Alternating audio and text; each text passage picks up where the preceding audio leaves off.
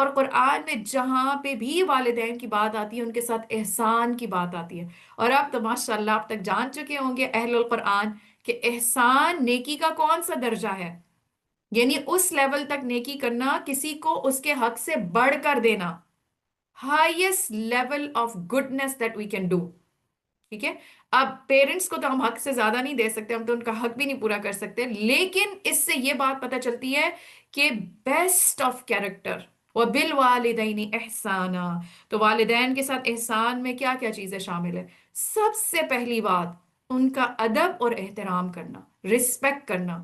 تو یہ جو آج کل دوستی اور فرینکنس کے نام پہ یہ ادب ختم ہو گیا نا، اور کندھے پہ ہاتھ مار کے اور اپنے پیرنٹس کو، اپنی مدرس کو، اپنے فادرس کو یار کر کے بات کرنا، اور اتنے فری فرینک ہو جانا، اور پھر پیرنٹس کا بھی یہ کہنا کہ نہیں اصل میں ہم اپنے بچوں کے ساتھ بالکل بیسٹ فرینڈس کی طرح ہیں. تو آپ دیکھیں، آپ ضرور بیسٹ فرینڈس کی طرح ہو سکتے ہیں کچھ جگہوں پہ، لیکن ہمارا پیرنٹس کا رول ایک بیسٹ فرینڈ کے رول جیسا نہیں ہے.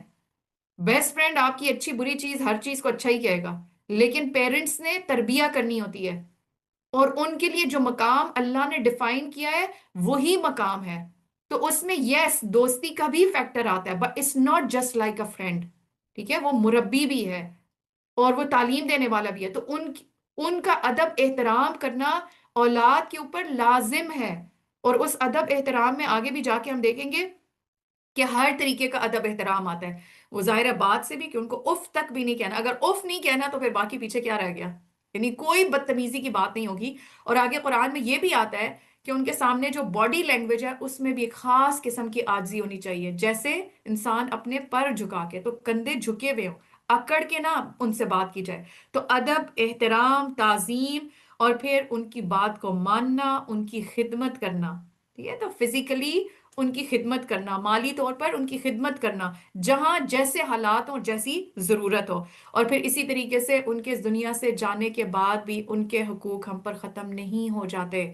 تو ان کے دنیا سے جانے کے بعد بھی ان کا ہم پر حق قائم رہتا ہے، اور ان کے اس دنیا سے جانے کے بعد بھی ہم نے ان کے ساتھ احسان کا معاملہ کرنا ہے. اور وہ کیسے کریں گے؟ سب سے پہلے ان کے لیے دعائیں کرنا. تو یہ سب سے پہلے جو والدین جو دنیا سے جا چکے ہیں ان کے حق میں احسان کیا ہے کہ اولاد ان کے حق میں دعائیں کرتی رہے، اور ان کی طرف سے صدقہ خیرات کریں، ان کے رشتہ داروں اور ان کے دوستوں کے ساتھ اچھے تعلقات رکھنا. اللہ تعالیٰ ہم سب کو توفیق دے کہ ہم اپنے والدین کی قدر کرنے والے ہوں، اور پھر اللہ تعالیٰ کی رضا والدین کی رضا میں ہے، تو ہم واقعی میں اللہ کو راضی کر سکیں اس ذریعے سے بھی.